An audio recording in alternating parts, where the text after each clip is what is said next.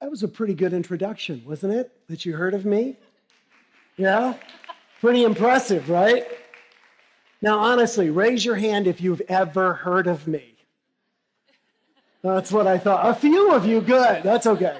That's all right. I've never heard of most of you guys either. So let me tell you how all this began, because people think that somehow I wrote this book on complaining, and then I came up with this bracelet that was kind of a hook, and I got on the Oprah Winfrey Show, the Today Show, et cetera, et cetera. Y'all, I am not that smart. That is not the way this happened. I was actually serving as a minister of a church in Kansas City, Missouri, and I was doing a talk on prosperity. Now, most people say they want to be more prosperous. Raise your hand if you'd like to be more prosperous. Raise your hand. Come on, everybody. It's called social. Hold your hands up. Come on. We do. We want to be prosperous. Here's the thing. Most of us say we want to be prosperous, but we go around and complain about what we already have. That doesn't make sense. Wayne Dyer put it so well. He said, if you're unhappy with what you have, why would you want more? Right? So my goal was to help the people in my congregation stop complaining about what they have before they get more. So I did this talk one Sunday morning, and I wanted people to try and go 21 consecutive days without complaining. Now, why 21 days? Scientists believe that if you can do a behavior and get a benefit for doing it for 21 consecutive days, that at the end of that time, it will become habitual for you. It'll be automatic. So I wrote my sermon, came up with this idea, and but then I went to take a shower after I wrote my sermon, and I thought to myself, how are you going to know what day you're on? I mean, you start and then you complain, you're on day one, again, you're starting over, and then how do you know, right? And then I had this, for lack of a better word, a vision. I saw in my mind the Livestrong bracelets. You know what I mean? The yellow Livestrong bracelets. And so I called the church secretary and I said, let's give out some rubber bracelets. And she said, what color? And I said, I don't know, purple's a spiritual color, I think. Let's do that. And so we handed out 250 of these bracelets. And I told everybody, listen, I'm going to continue this series on prosperity, but we're going to work together and all stop complaining now. So you put the bracelet on your wrist. Every time you catch yourself complaining, you take it off one wrist and you move it to the other wrist. It's a mindfulness exercise. The average person complains 15 to 30 times a day and has no awareness they're doing it. Complaining's like bad breath. You notice it when it comes out of somebody else's mouth, but not so much when it comes out of your own. And the purpose of the complaint-free bracelet was just to make people aware of how often we complain, 15 to 30 times a day. So we handed out these bracelets that Sunday morning, and then I went back to what they call the hug line. That's a chance for everybody to come give the minister a little hug at the end of the service. You know what I'm talking about, right? Yeah. Well, the thing is, as I'm standing there hugging people, they're leaning into my ear going, I need some bracelets for my kids. I need bracelets for my chiropractic office. I need bracelets for my Cub Scout troop. I need bracelets for my third grade class.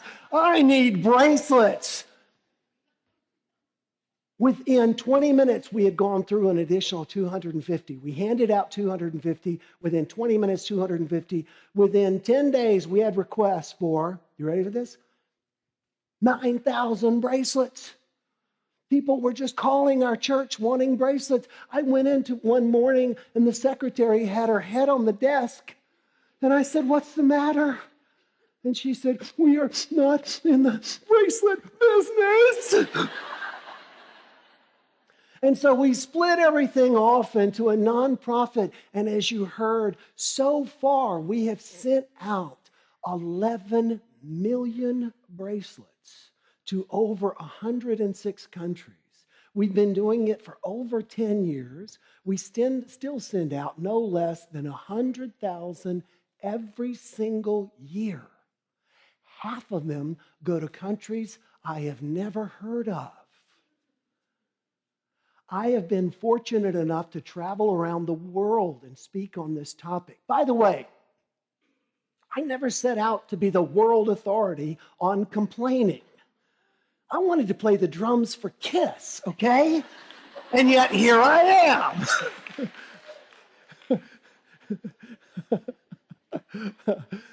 I never wanted to do this, but it sort of took over me. It changed my life. I'm very fortunate in that next month I will be doing my first TED Talk in Kiev, and then I'm going to speak in Prague and then Paris. And it all started right here. This big trip I got coming got started right here in Quincy, Illinois. Yay! So how does this happen? I mean, that was the thing I tried to understand, because for the last 10 years, I still do probably an interview a week. The number one podcaster in Tokyo flew to interview me last week. How in the world does an obscure Missouri minister doing something on a Sunday morning become what 60 Minutes has called a worldwide phenomenon? And I think I figured it out. It's for two reasons.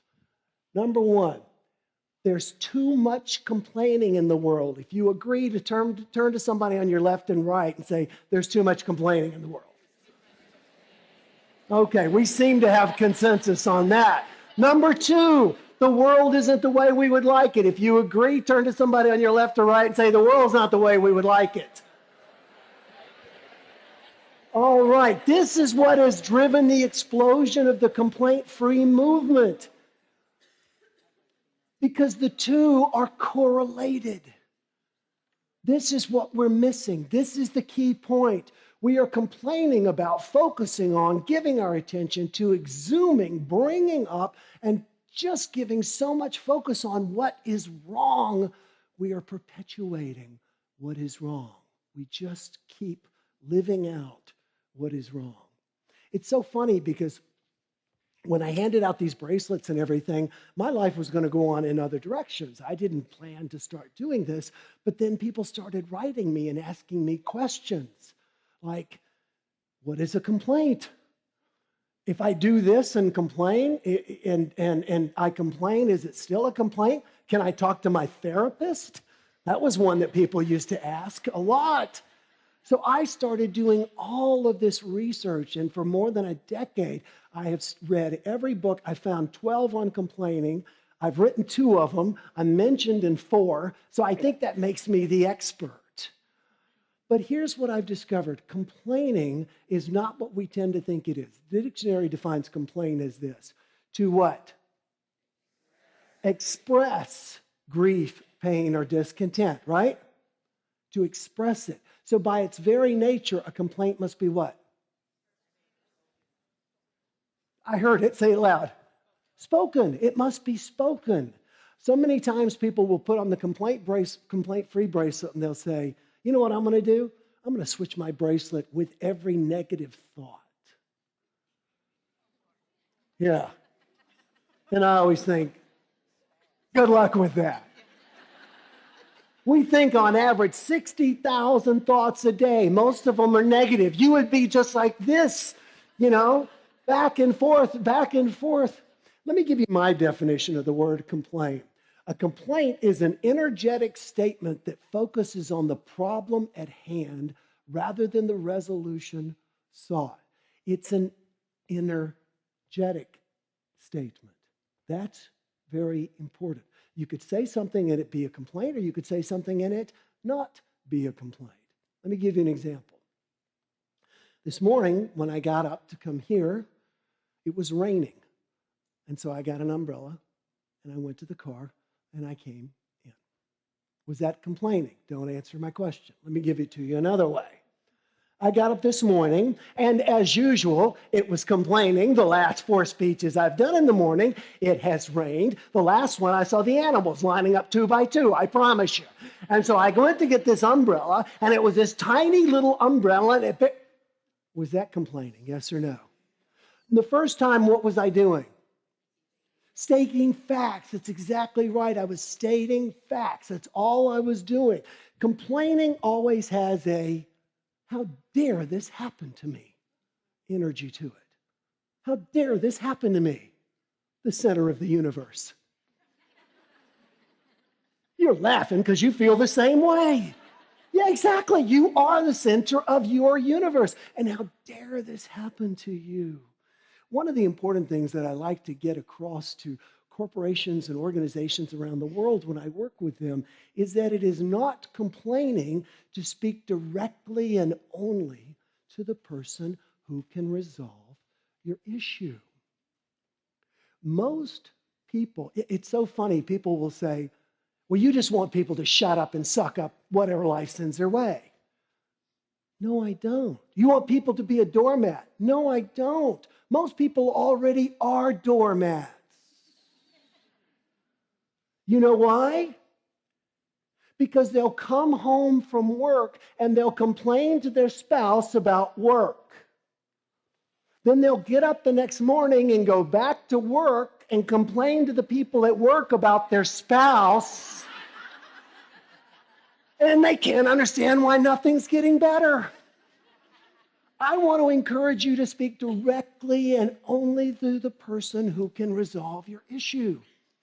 I was speaking in Denver a while back, and the driver who picked me up was taking me there, and he said, oh man, you're going to love this hotel. This is the nicest hotel in Denver. And he started telling me all about it. And he was right. It was really one of the nicer hotels I've stayed in. But I did what I always do. I go in, drop my bags off, and then I leave my room. Because one of the great things about what I get to do is I get to see the world. And so I don't want to stay in a hotel room. I want to walk around. I want to feel the energy of the town or the city. I want to go out. So I did that, and then I came back to my room and changed clothes and went to the gym, and then I came back and had dinner. So the point I'm trying to make is I was in and out of the room a whole bunch, right? So about 10 o'clock, I go back, and I'm going to do an early morning presentation for like 400 executives. And so I always go to bed early, so I'm in bed. It's about 10 o'clock, and I hear this noise coming from the other side of the wall in the hotel. And the noise goes, boom, squeak, boom, squeak, boom, squeak, boom, squeak, boom, squeak, boom, squeak, boom, squeak, boom, squeak.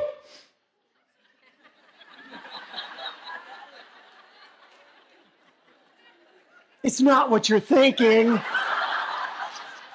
For goodness sake, shame on you guys. No. I was on the 5th floor of the hotel, and there was a building that abutted ours right next to it, or was joined it, and it had a big fan on top, and the fan had a rusty spot. So it would spin around, and it would go, boom, squeak, boom, squeak.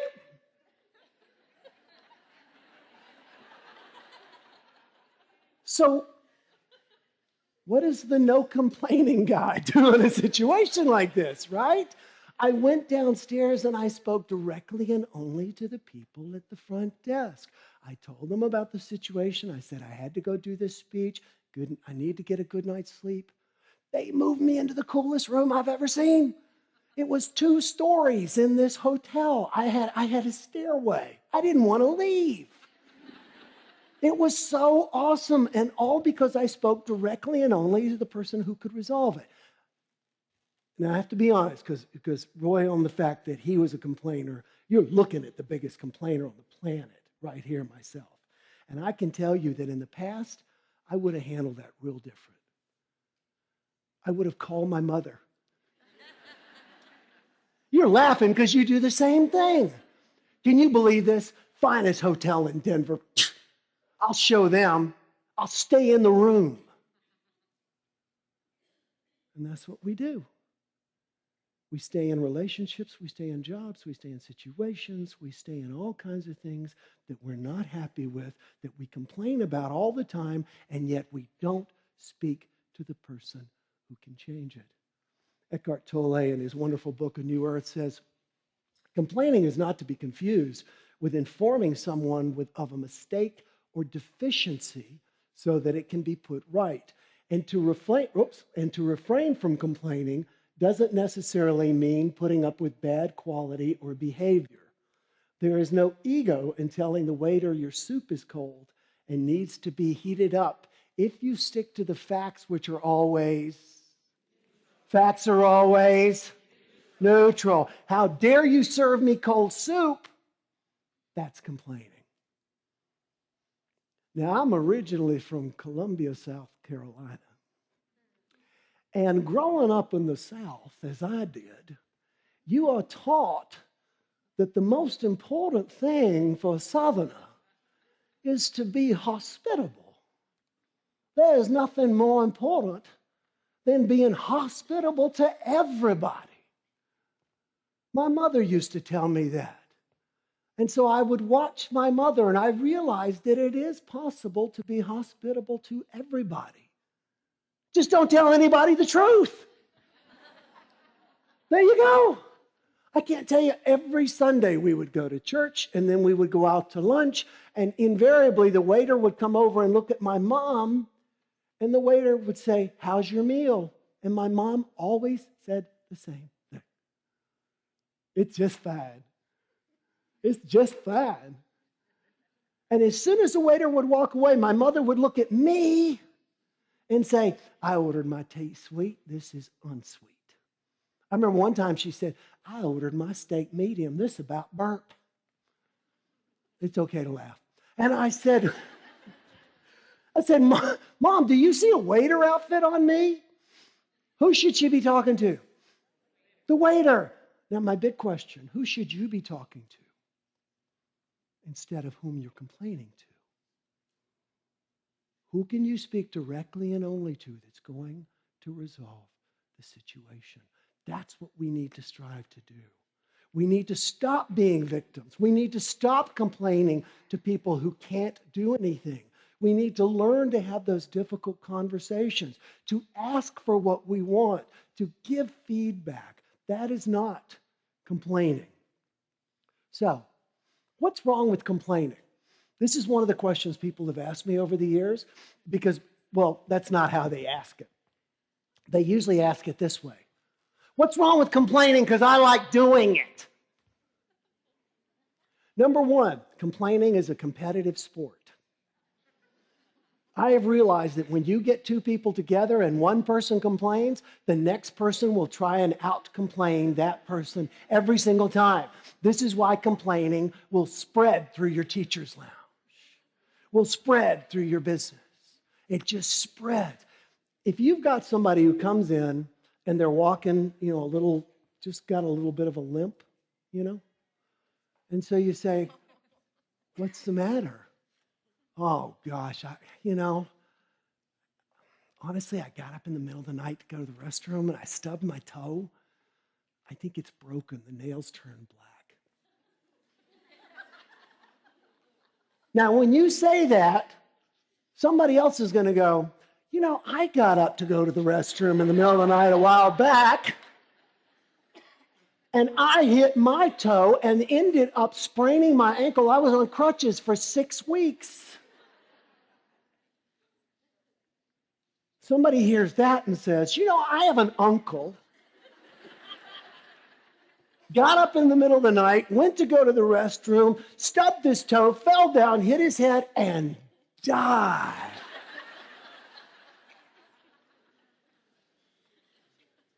What does everybody do? You win. You win. Complaining always goes in higher degrees of severity. If somebody comes out and says, "My uncle stubbed his toe and fell down and died," and then you said, "Well, I stubbed my toe and I think the nail's going to fall off," people will look at you like, "Don't you know how complaining works?" It always goes in degrees of higher severity. So complaining is destructive or rather is a competitive sport.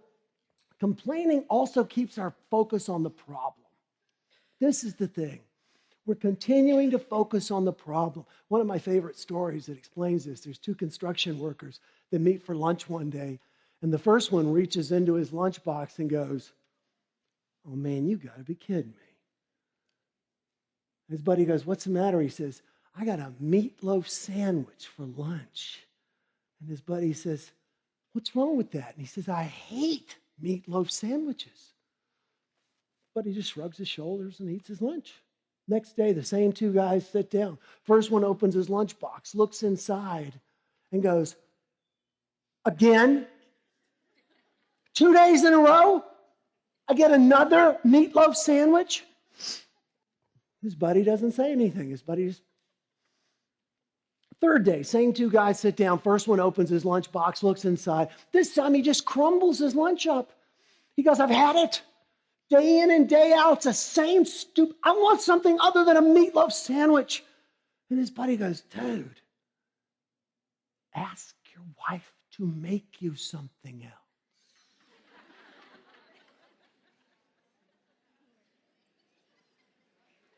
And the first guy goes, I make my own lunch.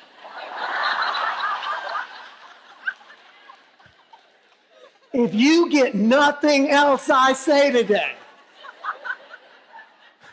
please let it be an understanding that you make your own lunch by the thoughts that you think, but evidenced by the words that you speak.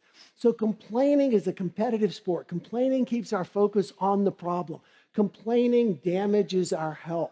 There have been numerous studies that show that complaining people tend to have higher blood pressure, higher incidences of asthma. They tend to have higher depression rates, more suicide. It's amazing. People who are it's really not surprising. If you're going around with this negative soundtrack, of course your body is going to react. Back when I was the minister of the church, I was asked to go see a woman who was in the hospital. And the woman she was in her 80s, but she was really robust. I mean, she's one of these people, you look and she's gone. I mean, just amazing. And so I went to see her at the hospital. I didn't know what was wrong, and I was always trained, you never go into somebody's room, you check in at the nurse's station first. So I checked in, and her doctor was there. So I said, oh, this is great. Can you tell me what's going on with Jay? And she said, oh, she's fine. She's had a mild stroke. She won't have any residual after effects. She's going to be great. And I said, oh, this will be easy. So I knocked on the door, and I hear this voice coming from the other side, and the voice goes, who is it?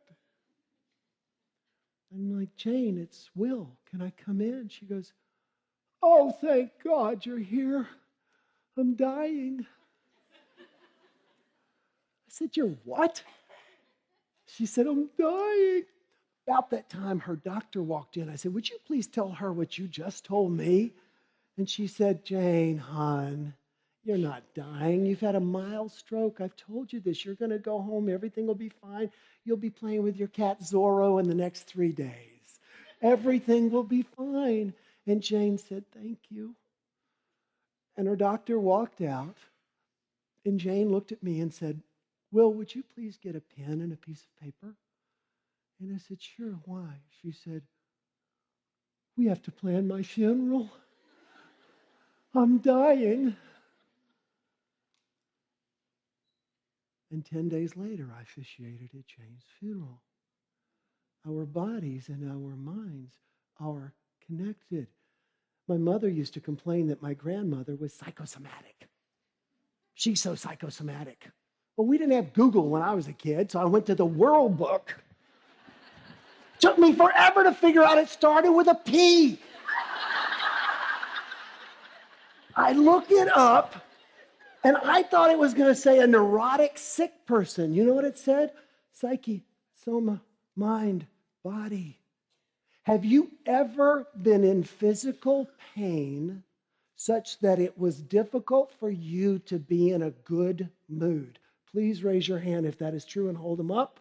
Everybody look around. It is true for all of us. Thank you. Our minds and our bodies are connected. If we're going around complaining, our bodies are going to respond. Complaining is also destructive to relationships. Complaining destroys relationships.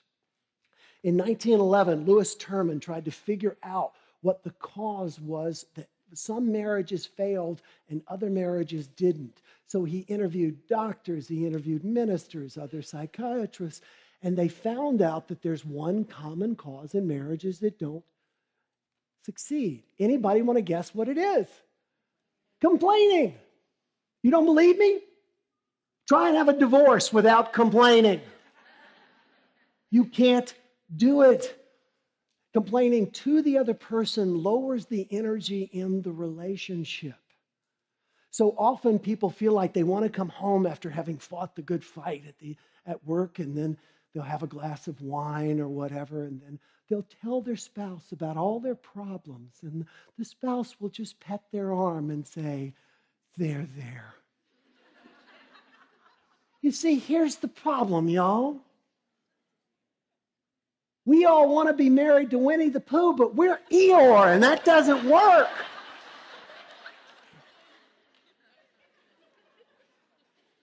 When you tell somebody that if you tell your kids, you always leave your socks on the floor, well, your kid hears that as a Jedi mind trick. I always leave my socks on the floor. And they do. When you complain to somebody, it drags the relationship down. It also defines the person that way in your mind. There's a group of women I know in Kansas City. They're still doing this after 10 years. They get together every Thursday night for group therapy. They go to a Mexican restaurant, drink lots of margaritas, and they complain about the men in their lives. And I finally pulled one of them aside one time and I said, "What's wrong with us guys?" And you know what she said? "All men are dogs. All men are dogs." Well, you know what?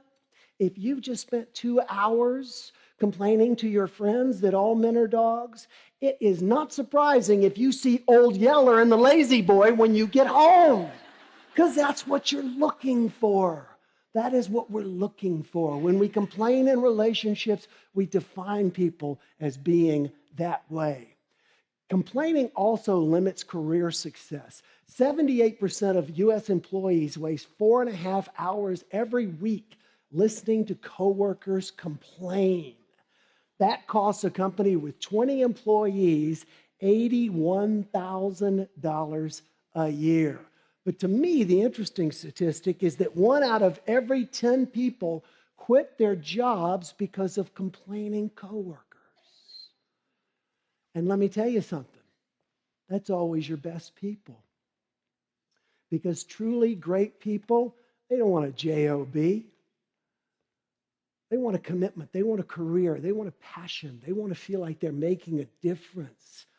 And good people don't sit around with a bunch of turkeys and scratch and complain all the time. Okay? So, if complaining has all these negative effects, you're probably wondering, as I was, why we do it. And people only complain for one of 5 reasons. And when you leave here today, you're going to know those 5 reasons. And you're also going to know what to say to people when they complain. Now, why am I doing this? Because people are coming up to you and complaining about things, and you're trying to resolve their issue, and that has nothing to do with why they're really complaining to you. None at all. So I want you to understand the thing behind the thing. So I love acronyms, as many of you know. My acronym to remember the 5 reasons people complain is GRIPE.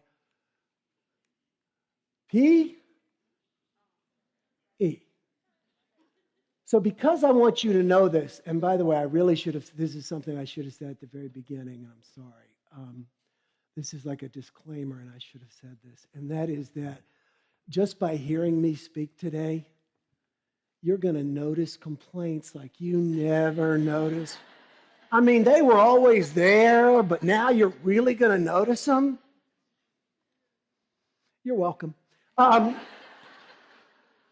So I want you to know these, so I'm going to ask you repeatedly to tell me what they stand for. What does the G in GRIPE stand for? Get attention. Getting attention is a basic human need. It is not a want. It is not a desire. It is what lets us know that we are okay in the eyes of our children, our spouse, our students, our bosses. We need to get attention. It is a burning thing inside of people. I don't know how many of you saw it, but there was a TV show on a while back called Breaking Amish. Anybody see that? You know what I'm talking about? It was kind of cool. I wanted to watch it because I wrote a book and I interviewed on happiness, and I interviewed a very happy man who happens to be Amish. Well, in this particular TV show, a group of Amish students, a group of young Amish people, were asked, would you like to leave and maybe go see New York and see what the rest of the world looks like? And a handful of them said, yeah, we'd like to do that. And when they announced that they wanted to do that, everybody else said to them that the people would do something to them. Anybody who saw the show, what's the word? I heard it. I love it. I've told this story thousands of times and people always know it. Shunned. You're going to be shunned. Ooh. Shunned. Think about that. You're going to have the back turned on you by people who supposedly love you, care for you, are your primary source. Think about how damaging that is, that we need this attention, that getting attention is so important from other people. This is not only the first reason people complain, it is the number one reason people complain. People just simply want to get your attention and they can't figure out a way to do it. I've noticed this on elevators. You probably have too.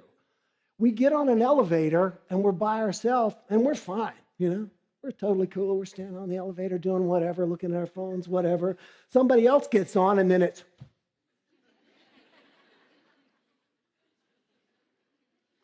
like this, right? Why? We haven't broken the barrier. We haven't gotten attention until somebody says, boy, the Cardinals sure dropped another one. Yeah, didn't they though? Is it going to rain forever? I think so. Then we got lots and lots to talk about. So people complain to get attention. What do you say when somebody comes to you to complain to get attention? What's going well with whatever they're complaining about? Whatever they're complaining about, if they're complaining about their homework, you say, well, what's going well with your homework? What are you doing well about it? What do you understand? If somebody is complaining to you about their spouse or their mother or whatever, what do you like about your mom? What do you enjoy about your husband or your wife? What makes you happy about them? What do you like? Now, by the way, I'm not so naive as to believe that after they just spent 20 minutes complaining to you, that you're going to go, what's going well? And they're all of a sudden going to start telling you. No, they're going to look at you like the cheese has just slid off your cracker. What is wrong with you? What's going well? I just told you what's going wrong. But if you keep asking, what's going well? What's going well? What's going well? Ultimately, one of two things will happen. They'll either begin to tell you what's going well, or they'll stop talking to you. And either way, you win, okay? So tell me before I advance the slide, the G in GRIPE stands for? Get attention. Very good. Let's see if we can just go one slide here. There we go. The R stands for? Remove responsibility. This is when you give somebody a task and they don't necessarily feel like they can do it very well, or they just really don't want to do it. You give somebody an assignment or something that you want done, and then they start going, oh, you know, I would really like to do that, but, and then the complaints start. Here's all the reasons why it's not going to happen. Well, I can't get this, and I don't know how to do that, and I don't know if I'll find this, and these people won't collaborate, and I need to do this, and I've got to do that. They're just trying to get you to let them off the hook. They're trying to let you remove them from responsibility. I remember one time I was flying from New York, or Kansas City to New York to speak, and we got on the plane, and it came time for the plane to leave, and we didn't leave. We didn't leave. So I'm just sitting there watching movies on my phone, and the flight attendant comes on, and she says, ladies and gentlemen, the FAA requires that all flight crews have a mandatory downtime. Because of weather, our flight crew got in late last night, but they've had their downtime, so we're all set. We're ready to go. Now, When they made that announcement, what do you think everybody around me did? They complained. I was thinking, I want a pilot who's well rested. I don't want to be sitting there wondering if this is going on in the cockpit, right? So we're sitting there and the flight crew comes on, and then we go out and the pilot comes on and says, we're next in line to take off. And so the flight crew sits down, but we don't take off. And we don't take off. And I'm a pilot, and I've actually flown in and out of this airport a lot. And I noticed that someone comes around our plane to take off. And I said, well, this can't be good. And sure enough, the pilot comes on, and he goes, ladies and gentlemen. By the way, have you noticed they do that? Do they teach them that in flight school? You have to be able to go into a microphone. Ladies and gentlemen, we've discovered a problem with one of the generators. We're going to go back, see if we can get it fixed, and we'll keep you informed. What do you think everybody around me did? What'd they do? They complained. You know what I thought? I'm glad they figured this out on the ground. So now we should have already landed in New York, and there was a guy sitting a couple of rows seats over from me. And I guess he wanted to let his wife or his girlfriend know what was going on. So this is what he said. Hey, it's me. No, as a matter of fact, we haven't taken off yet. Well, the flight crew got in late last night. FAA requires they have a mandatory downtime. And then they came on and we discovered a problem with the plane. I don't know, but I'll call you when I get there. Okay. I love you too. Okay, bye. Was he complaining, yes or no? What was he doing? Stating facts. The guy sitting right in front of me, I guess, heard this guy. This was his conversation. No, not even hello. I kid you not. No. Well, the pilot, better known as Sleeping Beauty, got in late last night. Then they discovered a problem with this piece of junk airplane. What's going to happen? I'm going to miss my connection. That's what's going to happen. Well, honey, this was my one chance to see the client. If I miss my connection, it's just not going to happen. Well, I guess we're not going to the Bahamas this year, are we? Look, I'll call you if I get there. Goodbye. Same question. Was that complaining, yes or no? Yeah, that was complaining. And the funny thing was the pilot comes back on. Anyway.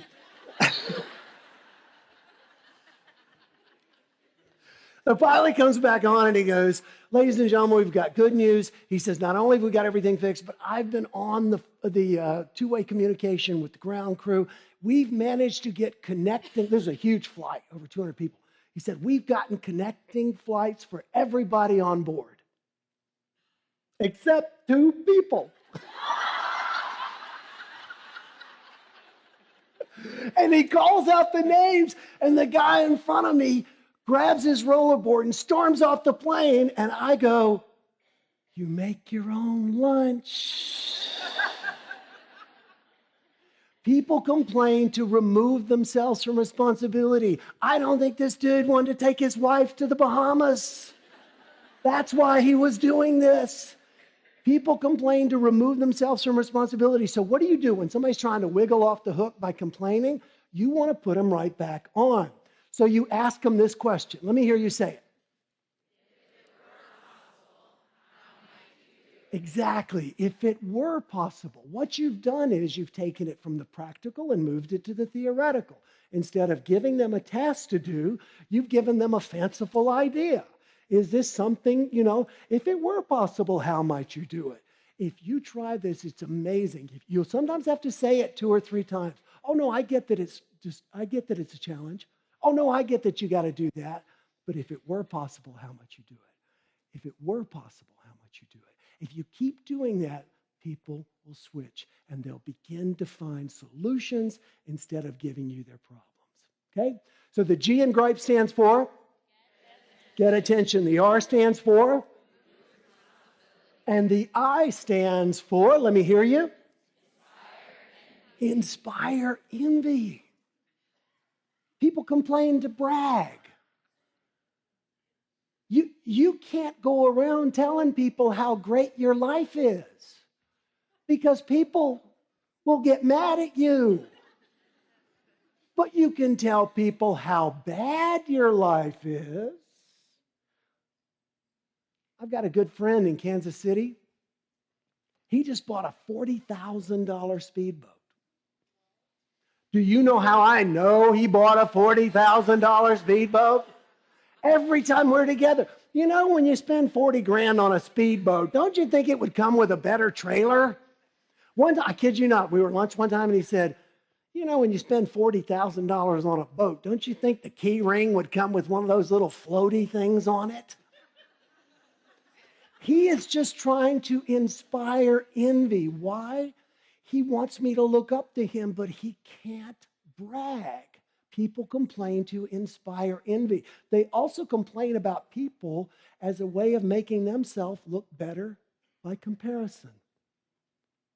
I don't have that particular character flaw. That's why I'm complaining about you. Do you see how crazy that is? By the way, if you don't believe that, test it when you're driving.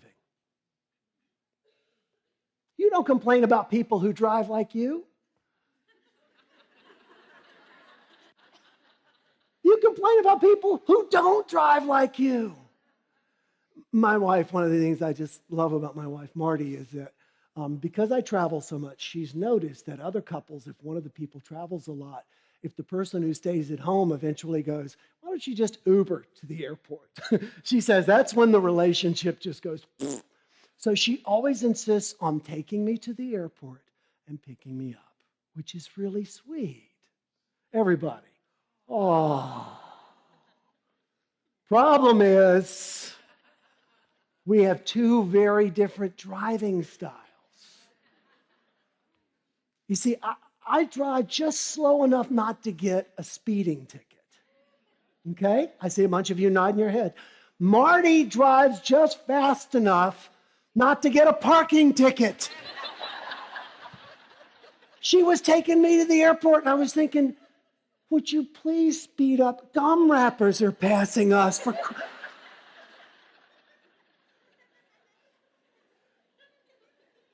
But see, I always drive home from the airport. She picks me up, gives me a hug, and I drive home, and it's payback time.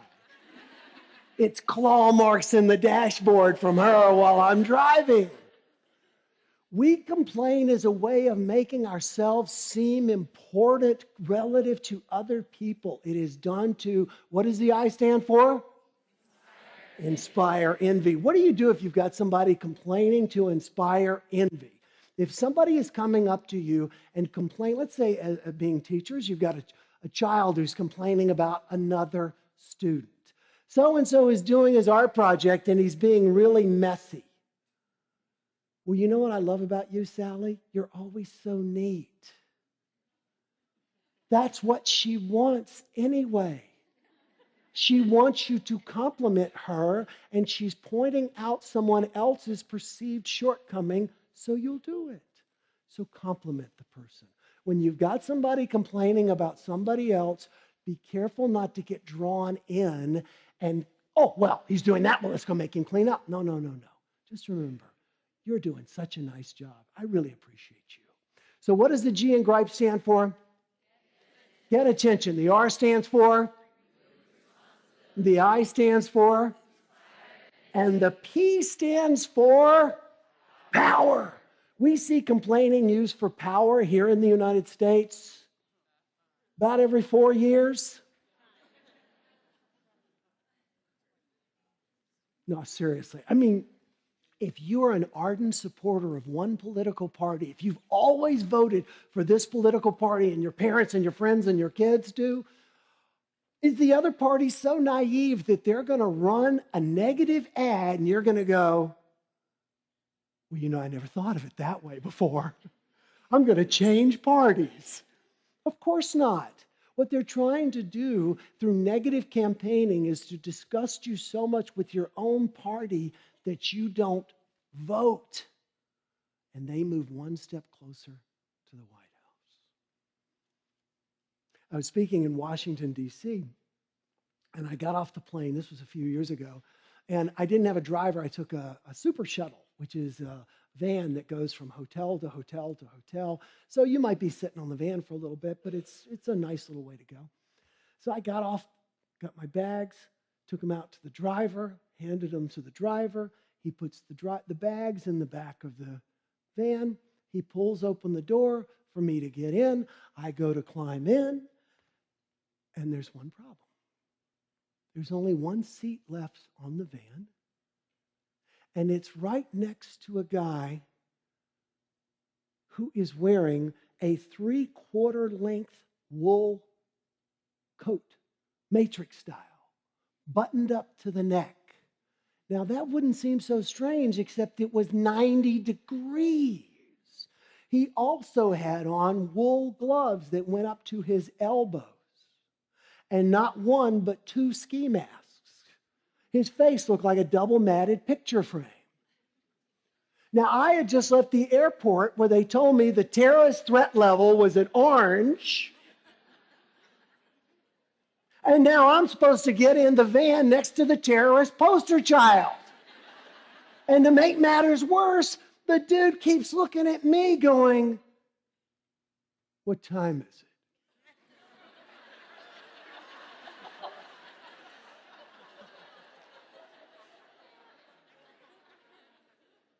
It's time to get off the van.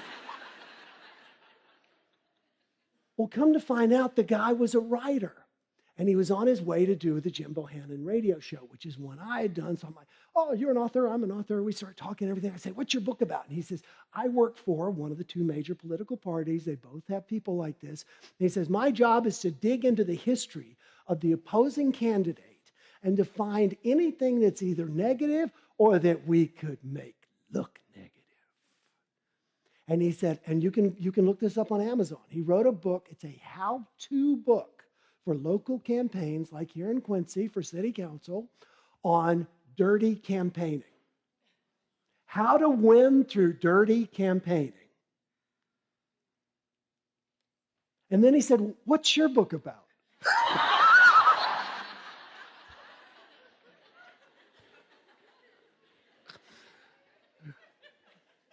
We didn't have a lot to talk about after I told him. But now, mind you, I'm looking at an upended clothes hamper with eyes, okay? I cannot see this guy. And so finally, because how warm did I tell you it was? 90 degrees. I said, "Man, aren't you hot?" He says, "I am dying." I said, "Why are you dressed like this?" At first, I thought he was a celebrity, trying to go incognito. And he said, "I used to live in D.C., and he said, I started developing this terrible asthma to where I would be convulsive with my asthma." He said, "I actually had to be hospitalized twice." He said, "I live in Florida, but if I come here, I can't breathe unless I dress like this." And you know what I thought? Your job is to foul the airwaves, and you can't breathe. Buddy, you make your own lunch. You make your own lunch. People complain at work for power. They complain in families for power. I was one of 3 boys growing up. We all ended up with the same hairstyle. When we get together, it's like the Blue Man Group on vacation. Do you know I'm talking about, the Blue Man Group? Do you know why there are 3 blue men and not 4 or 2? Because 3 is the perfect number for one person to always feel left out. I read an interview with the founders. They said that was so perfect, and then one person always feels awkward. And being a little, one of 3 boys, I was the middle kid. I was that one. I would go to my mom and I would say, "Mom, Chuck and Dave won't play with me." And my mom would always say the same thing. She'd say, "Honey, I love you all, but I'm Switzerland." Back to the World Book. Switzerland, a neutral country. And that is the solution. When someone is complaining to you to try and get your power, that means to get you on their side in opposition of someone else, don't take the bait. Even if it's school kids, make them work it out. Here's your response. Please read this out loud. Sounds to me like the two of you have a lot to talk about. Yeah, but sounds to me like the two of you have a lot to talk about. But you don't understand. Sounds to me like the two. Would you like me to arrange a meeting? Don't take on their stuff. They're trying to get your power. So tell me, what does the G in GRIPE stand for? Get attention. The R stands for? The I stands for? The P stands for? And the E stands for? By the way, I didn't see a single one of you read those, and that is so cool. You really know this. Congratulations. Excuse poor performance. Excuse poor performance is the past tense of remove responsibility. In remove responsibility, you give somebody a task, they don't want to do it, they want to be left off the hook, so they're going to come up with all the excuses. In excuse poor performance, they've already done it and they've blown it. But they don't want to tell you that it was their fault. They want to blame it on everything else. You know, it was raining yesterday, and Mars is in retrograde, and my cat is sick, and you know what I mean? It doesn't matter how logical it is. They'll just bury you with they'll give you rational lies. They will try and rationalize why they should not be held accountable. And I love the word rationalize. It breaks down to what? Rational? What's the word? Lies. Lies. They're just trying to get off the hook, okay? So what do you do if you've got somebody who's trying to excuse their poor performance? What's our question? How do you plan to improve next time? Now, why do you do that? What most of us tend to do is when somebody messes something up, we'll say something very helpful like, well, why didn't you think of that? Why didn't you take that into account? Why didn't you plan for that? And then the person does nothing but defend themselves because this is a past action. But again, if you throw it into the theoretical, if you make it in the future and you say, how do you plan to handle it next time? How do you plan to handle it next time? So one more time before I turn the slides, tell me without looking down, what does the G in GRIPE stand for? The R stands for? The I stands for? The P stands for? And the E stands for? Excuse poor performance. I would like to share with you about the Complaint-Free Challenge, and then I'm going to close with the most common question people ask me. Each of you received complaint-free bracelets when you came in this morning, this afternoon rather. I'd like to do something. I want everybody, please stand up. Let me see your bracelet. Everybody stand up. Awesome, good. Okay, great. Now here's the idea. We got some bracelets recently that didn't work. So I need to make sure these work. So take it off one wrist and put it on the other wrist. That's all you do. And then go ahead and have a seat if you would, okay? I'm not telling you you have to do this, but let me ask you a question. Would you like some of the benefits that you saw that not complaining has, like better relationship, better health, happiness, etc.? If you'd like that, raise your hand. Then give this a try. It doesn't matter really in the long run to me whether you do or not, but I would love to see you try it because the stories of people, the lives that have changed, the businesses that have increased tenfold, classrooms, it's amazing. We have a free curriculum if you would like to download it. It's called Complaint Free Schools. You go to complaintfreeschools.com, you can download it. We also have a free program for businesses at Complaint Free Businesses and Complaint Free Churches. As I shared, the idea is every time you complain, you simply take it off your wrist, you move it to the other wrist. What you want to do is just go, oh, I caught myself complaining, and you move it to the other wrist. Unfortunately, what so many people do is they go, I'm a complainer, what's a thing? Chill. Make it easy. Make it a game. Kids love doing this, by the way.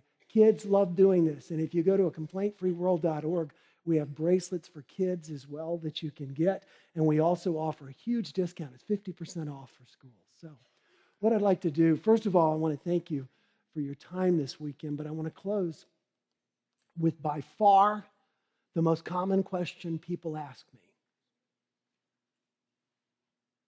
What's Oprah like?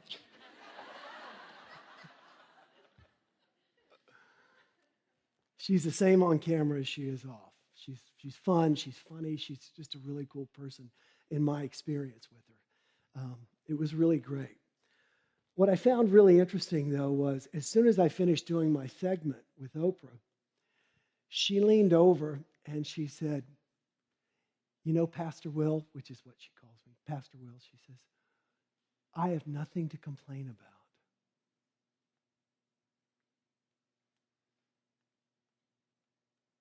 And I thought, of course not, you're Oprah Winfrey, for goodness sake. What are you going to complain about? You're one of the wealthiest, most powerful people on the planet.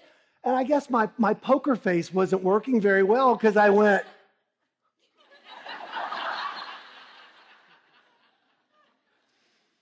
and then she said, you know, it's not that I have everything that I have, and that's why I don't complain. Oprah said, I don't complain, and that's why I have everything that I have. You see, Oprah gets that she makes her own lunch. And so do you. So make a decision right now to make that lunch with intention. To not complain about what's going on, but to begin to look at what's going well. And to make that your driving force. And make a magnificent buffet and share it with the world. Will you do that? Thank you so much for your time. Thank you.